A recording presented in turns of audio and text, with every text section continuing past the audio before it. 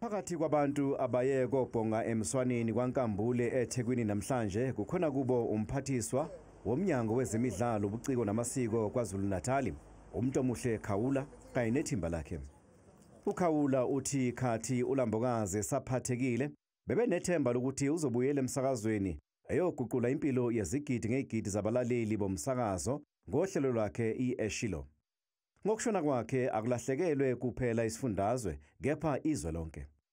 Sishaqekile besinethemba lokuthi njengoba besikhuleka kwenziwa nezinkonzo sinethemba lokuthi uNkulunkulu umdali uzosizwela kepha ke bese kufike isikhathi sakhe ngoba sonke masihamba la emhlabeni kungumusa umnikazi wempilo bese ebonile umnikazi wempilo ukuthi impilo abemtsheleke yona sekufanele ayibuyisele kuyena. uLambokazi uzofihlwa emathuneni aseMarian Hill ePhindani ngomgqibelo. uKhawula uthi nakuba bengafuni ukugagamela benguhulumeni kepha bayafisa ukuba ingxenye yezinhlelo zokuthunwa kwakhe. I don't like to be upfront about that, but being the person that she was, I want to believe that any leader in the country would want to be part of what's going to be planned by the family. Ukusuka ngosuku lokuzwakala kwezindaba zokushona kwakhe, abaculi bomculo wokholo, abadidiyeli bawo, abaholi bezenkolo nasebenze nabo selokhu bethelekile lapha bezobhonga emswaneni. Bonke bathi akekho oyofana noLambokazi.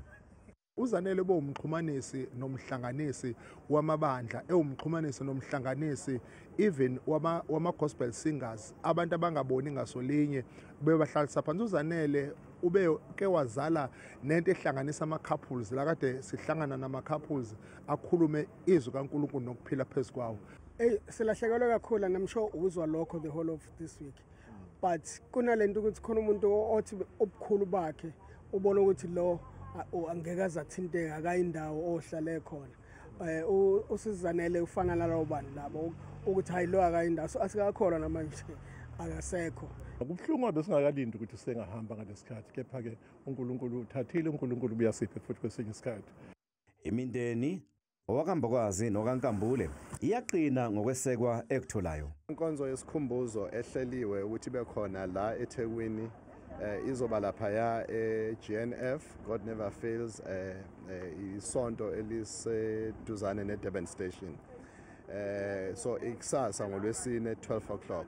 Bese kuthi ngolwesihlanu ngo12 kube khona enye inkonzo ezoba lapha eSentin eJohannesburg ebandleni ekuthiwa Assemblies of God izoqala nakhona ngo12 emini kulaphana njengaku Rivonia Road eSentin. Ukhozo lmaphiko inqole masonto ubingelelwa uZanele waKambokazi uhlelo sithi Eshilo.